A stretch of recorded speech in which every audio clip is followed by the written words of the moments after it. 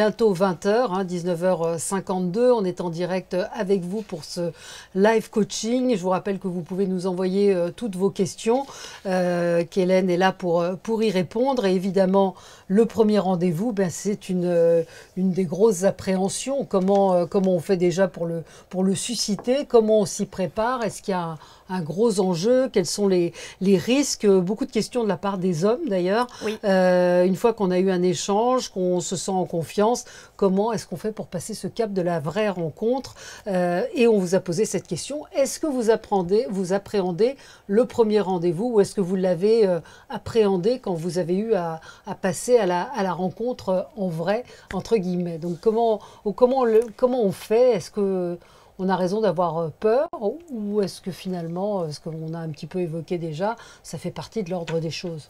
Oui, alors c'est normal d'avoir un petit peu peur parce que jusqu'à présent, vous étiez un petit peu... l'exercice virtuel reste assez intellectuel finalement. Hein. Vous n'êtes pas dans la vraie vie, donc ça reste une pré-rencontre. Mais c'est là que vous allez avoir envie d'aller vers le premier rendez-vous. Et comme on a vu au chapitre précédent, c'est d'avoir une communication agréable et authentique en fait, qui va vous aider à choisir avec qui vous avez envie d'aller en rendez-vous finalement. Alors que vous ayez un petit peu peur, c'est normal parce que là vous allez faire la vraie rencontre. Et vous, c'est pas comme dans la vraie vie où quand ça vous tombe dessus vous n'étiez pas prévenu. Là vous êtes prévenu qu'il y a une chance que peut-être il se passe quelque chose. Donc c'est là où c'est un exercice un peu difficile. Et aussi, bah, comme vous passez en gros d'un profil à une vraie personne, vous avez forcément un petit décalage. Par rapport à tout ce que vous... Donc oui, c'est normal qu'il y ait un petit décalage, et c'est pour ça aussi qu'il faut se méfier de sa première impression, parce que quelquefois...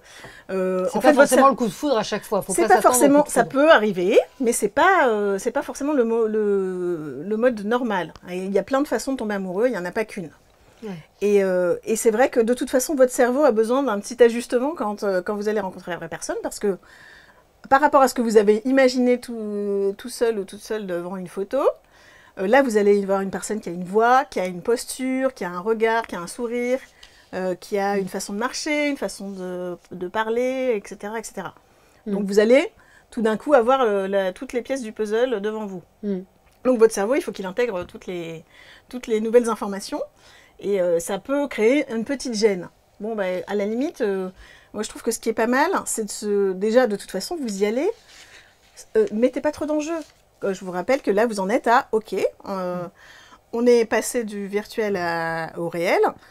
Mon enjeu, c'est juste, je rencontre une nouvelle personne pour un rendez-vous plutôt court, parce que justement, comme ça met moins de pression des deux côtés. Donc, prendre un verre, un café, ou même aller faire une promenade dans un parc. Voilà. Et si la personne ne nous plaît pas au prime abord, on se dit c'est pas possible, il est en vieux jogging moche, il est débraillé, c'est pas possible, il me plaît pas, on s'en va pas tout de suite. Non, on s'en va pas tout de suite. Alors là, vous soulevez une question, c'est il y a une émotion que vous voulez pas créer la première fois que vous rencontrez la personne, c'est la déception. D'où l'intérêt d'être authentique avant. Donc c'est là où il ne faut pas mettre une tricher sur son âge, tricher sur ses photos, etc. etc. Oui, effectivement, si vous avez mis une photo en costume cravate et que vous arrivez en jogging, et ben là, ça fait trop de décalage pour le cerveau de l'autre personne et surtout, elle va être déçue, elle va se dire, la première chose qu'elle va se dire, c'est « on m'a menti ». Donc là, c'est le tue l'amour absolu. Mais on fait quoi quand on est déçu du rendez-vous? Alors, quand on est déçu, vous rappelez-vous que quelle que soit la personne que vous avez en face, vous êtes la même personne. Donc ce qui va être authentique aussi, c'est de ne pas faire ce que vous ne feriez pas dans la vraie vie et de ne pas faire ce que vous n'aimeriez pas qu'on vous fasse. Donc là, vous avez prévu de passer 20 minutes, une demi-heure avec cette personne, vous pouvez passer 20 minutes, une demi-heure avec une personne inconnue. Dites-vous, dans ce cas-là, prenez-le comme une sorte d'entraînement à vous présenter à une personne que vous ne connaissez pas. Cette personne n'est pas là pour rien. Vous avez discuté, vous en êtes arrivé jusqu'au rendez-vous. Au minimum, elle est là pour vous apprendre quelque chose sur comment on fait une rencontre, comment on choisit, et puis vous pouvez vous demander pourquoi ça s'est pas... vous n'avez pas bien choisi aussi, et comment vous pouvez éviter la prochaine fois d'être déçu peut-être. Qu'est-ce que vous auriez pu demander avant qui vous aurait... Je pense à un cas très concret. J'ai une personne qui... Alors c'était le deuxième rendez-vous. La première fois, bon, ça s'était à peu près bien passé et tout. La deuxième fois, il lui a proposé de venir déjeuner chez lui. Et en fait, elle a trouvé un appartement, elle m'a dit, bon, voilà, je l'ai vu dans son biotope. Ouais. Et là, je me suis dit, ça va pas le faire Ça va du pas être tout. possible. Ouais. Bon, bah, donc, du coup, qu'est-ce qu'elle aurait pu faire? Bah, peut-être qu'elle aurait pu faire un petit rendez-vous en visio avant. Alors oui, j'ai pas parlé de ça, mais dans votre communication, il faut aller, tant que vous êtes en message, ça reste très intellectuel. Ouais. Il faut assez vite passer aux appels ou à la vidéo. Je sais qu'il y en a qui ont des appréhensions à se Vous montrer en dites, vidéo. faut aller, on verra tout à l'heure Parce avec que c'est Martine et Eric s'ils se sont rencontrés rapidement ou pas, et ce qui est le mieux à faire. Titi de Paris, il a 54 ans, il dit quelles sont les questions à poser et surtout à ne pas poser à une femme lors du premier rendez-vous. Et on peut peut-être rattacher à la question d'Annabelle qui dit, faut-il parler de son passé amoureux ou doit-on être absolument, résolument tourné vers le présent ou l'avenir? Bon alors, le but du premier rendez-vous, c'est quoi? Passer un bon moment avec une personne qu'on ne connaît pas. Donc, quand vous vous présentez à une nouvelle personne et que vous voulez passer un bon moment, est-ce que vous commencez par parler de vos ex, parler de vos, je sais pas, de tout ce que vous n'aimez pas, de parler de vos mauvaises expériences? Non, vous êtes là pour passer un moment agréable. Donc, tant qu'à faire, essayez de parler de sujets positifs. Vous n'êtes pas non plus là pour faire un interrogatoire de police. Qui vous servira à quoi? Faire une fiche signalétique sur une personne, et là vous allez vous dire à la fin, ah bah oui, mais du coup il s'est rien passé, donc je vais pas la revoir. À quoi ça vous sert d'avoir fait une fiche signalétique? Donc là on n'en est pas là. Vous voulez d'abord parler de sujets qui vous plaisent. Alors toujours la question qui revient, que ne faut-il surtout pas faire au premier rendez-vous? Alors, ne surtout pas faire, comme je disais tout à l'heure, ne pas décevoir. Donc correspondre à l'échange que vous avez C'est ça, ne pas mal se comporter. Donc, comme on disait tout à l'heure, si vous voyez, si vous arrivez, ça est arrivé à une de mes coachées, elle arrive au rendez-vous, la personne arrive à vélo, il la voit, il dit « Ah non, ça va pas le faire », il remonte sur son vélo, il repart. Donc là, non, c'est pas possible de faire ça, parce que dites-vous que quelque part, si vous vous comportez mal, un jour, ça va vous retomber dessus aussi. Donc, moi, je pars du principe que c'est une énergie circulaire. Absolument. J'ai un petit problème de connexion. On est en direct, donc je vous le dis. Visiblement, on a un problème de connexion, donc je ne reçois plus les messages. J'en ai quelques-uns en réserve. Frédéric nous dit, je voudrais savoir si après une première rencontre, il est préférable d'attendre que la femme nous rappelle afin que la confiance mutuelle s'installe. J'ai l'impression que lorsqu'on envoie trop de SMS à une femme, elle peut se sentir agressée. Il y a toujours cette question du dosage. Ouais. Alors, bien tenté, mais comme c'est un homme qui pose la question, il va quand même falloir qu'il se débrouille pour dire qu'elle lui plaît, parce qu'il y a peu de chances sinon qu'elle le fasse. D'accord. Donc, il va quand même falloir qu'il fasse une action. Après, évidemment, s'il envoie 3 messages et qu'il voit qu'elle n'est pas très enthousiaste pour le revoir, c'est pas la peine d'insister et c'est pas grave, il trouvera quelqu'un d'autre. Hervé nous dit, et je pense que ça recoupe un petit peu les questions qui nous disent ce qu'il faut dire et pas dire, comment aborder et à quel moment la question du sexe sans apparaître trop impatient ou trop pervers, ce que je ne suis pas bien évidemment, nous dit Hervé, qui a 71 ans. Et c'est vrai que je pense que derrière cette question, il y a pas mal ça qui revient. Bien sûr. Bon là, j'y ai un petit peu répondu tout à l'heure quand je disais qu'il y avait des petites différences entre la communication masculine et féminine.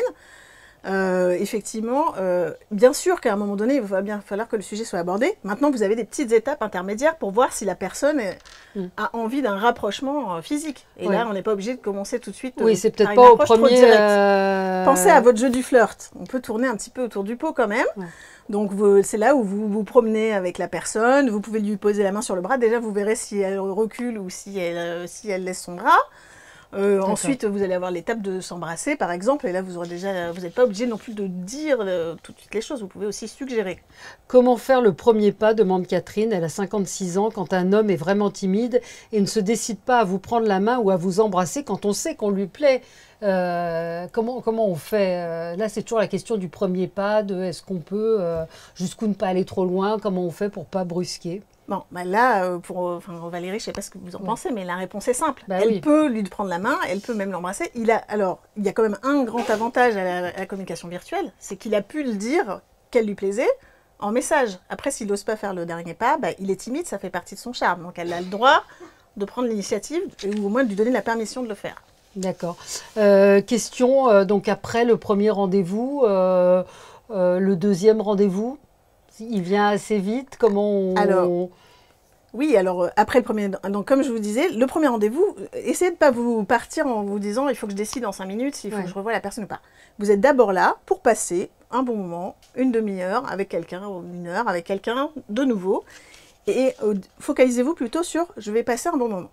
D'accord. Peu importe si la personne me plaît ou pas. Là, je me poserai la question à la fin du rendez-vous. Peut-être que c'est l'autre personne qui va aborder le sujet. Peut-être qu'on va s'envoyer un message après. De toute façon, à un moment donné, effectivement, il faut au moins qu'il y en ait un des deux qui prenne le risque de dire « Bon, bah, tu m'as plu ».